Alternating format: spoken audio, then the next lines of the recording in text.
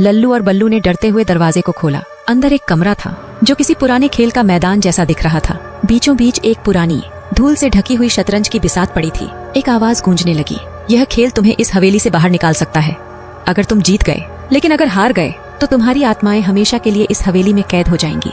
लल्लू और बल्लू ने एक दूसरे की ओर देखा। उनके पास कोई और रास्ता नहीं था। खेल शुरू हो चुका था। शतरंज के हर चाल के साथ हवेली और भी ज्यादा डरावनी होती गई। एक एक कर दीवारों से डरावने भूत निकलने लगे। उनके चेहरे भयानक और उनकी आंखें अंधेरे में चमक रही थीं। वे हर चाल पर नजदीक आते जा रहे थे। हर बार जब लल्लू और बल्लू कोई गलत चाल चलते, हवेली की छत से लाल रंग टपकने लगता, जैसे वह चेतावनी दे रहा हो कि उनका अंत करीब है।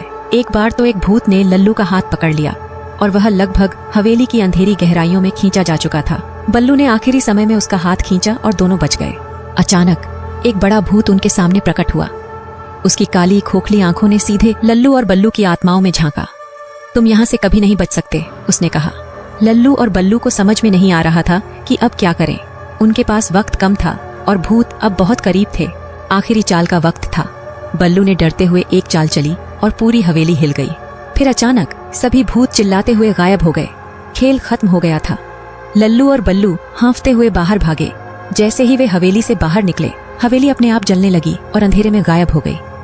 लेकिन जब वे अपने गांव वापस लौटे, बल्लू की जेब से कुछ गिरा।